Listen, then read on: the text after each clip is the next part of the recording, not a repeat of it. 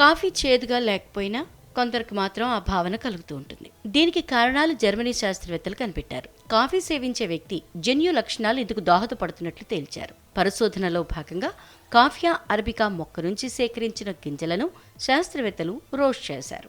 వాటిని పొడిగా మార్చి కాఫీని తయారు చేశారు. కాఫీలోని కెఫెన్ చాలా చేదుగా ఉంటుంది. దీన్ని తొలగించిన కాఫీ కూడా చేదుగానే ఉంటుంది.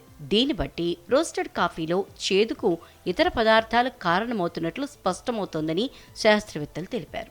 ఇందులో మొజాంబియోసైడ్ కూడా ఉంది. కెఫిన్తో పోలిస్తే ఇది 10 రెట్లు ఎక్కువ చేదుగా అనిపిస్తుంది. ఇది మానవ శరీరంలో చేదుకు సంబంధించిన TAS2R43, TAS2R46 అనే 2 రకాల గ్రాహకాలను క్రియాశీలం చేస్తుంది.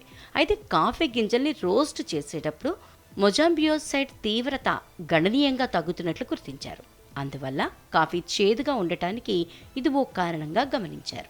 ఈ నేపథ్యంలో రోస్టింగ్ వల్ల మొజాంబియోసైడ్కు సంబంధించిన ఇతరితర పదార్థాలు ఉత్పన్నమవుతున్నాయా అన్నది తేల్చాలని శాస్త్రవేత్తలు నిర్ణయించారు.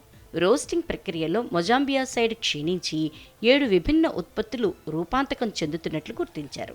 రోస్టింగ్ ఉష్ణోగ్రత, ఎంతసేపు రోస్ట్ చేశారనే దాన్ని బట్టి వీటి పరిమాణం ఉంటుంది. మొజాంబియోసైడ్ క్రియాశీలం చేసే రుచి రిసెప్టర్లను ఇవి కూడా ఉత్తేజం చేస్తున్నట్లు తేల్చారు. అయితే కాఫీ తయారయ్యాక వీటి గాఢత తగ్గుతున్నట్లు శాస్త్రవేత్తలు తెలిపారు. మొజాంబియోసైడ్ దాని రోస్టింగ్ ఉత్పత్తులకు సంబంధించిన ఒక రకం కాంబినేషన్ కలిగిన కాఫీని తాగిన 11 మంది వాలంటీర్లలో 8 మంది మాత్రమే చేదు రుచిని అనుభవించారు.